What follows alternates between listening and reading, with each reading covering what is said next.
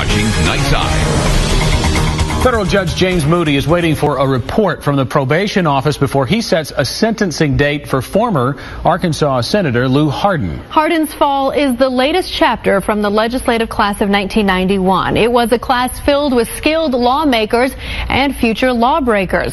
Tonight, Channel 7's Jason Pederson takes a look at what a hypothetical class reunion would look like.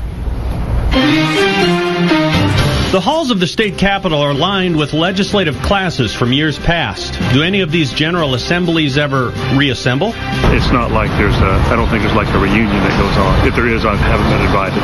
I, Tim Massinelli, declare the House of Representatives of the 78th General Assembly to be officially convened.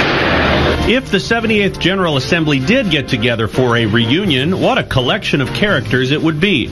On the House side, Mark Pryor and Tim Hutchinson were destined to be U.S. Senators, but the careers of Ben McGee and Lloyd George would end with federal convictions. I pled guilty to tax count. It's been a tough 2 years, and it's over with. The Senate was home to a future governor and 2 future U.S. congressmen. But it was more federal convictions for Senators Nick Wilson, Mike Todd, and much later, Lou Hardin.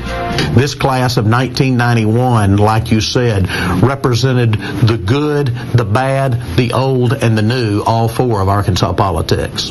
It really was sort of the beginning of the new era of Arkansas politics. Mike Ross was hungry from day one. Mike Ross was a first-term senator, as was Vic Snyder. And Mark Pryor was a freshman over in the House.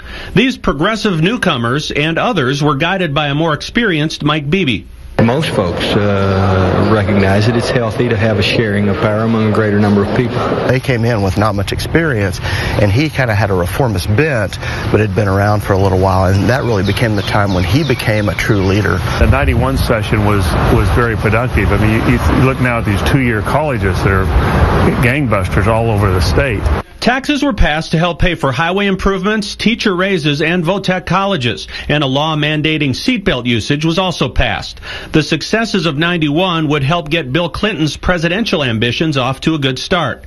But the political career of Clinton's successor, Jim Guy Tucker, would end with another federal conviction. That was the last general session of the Arkansas Legislature before we passed the term limits amendment. Term limits has further changed Arkansas politics. While there is less experience, and some would argue less efficiency, there are also more women, minority, and Republican lawmakers. There have also been fewer indictments. The old saying about absolute power corrupts absolutely has a great deal of truth, and some of the biggest corruption occurred in places where people had accrued an enormous amount of power.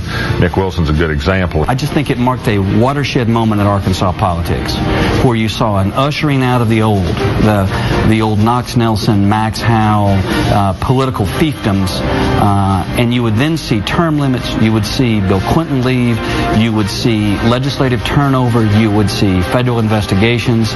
It truly was a watershed moment in Arkansas politics. Now, both Brantley and Nelson say given their pick, they would choose to break bread with one of the scoundrels, Nick Wilson. Barth picked one of the successes, Governor Beebe. And Vickery picked Beebe's current chief of staff, Morrill Harriman, a state senator in 1991 and a Van Buren neighbor of Vickery's long before that. Jason Pederson, Channel 7 News. A fascinating trip down memory lane. Jason, thanks very much.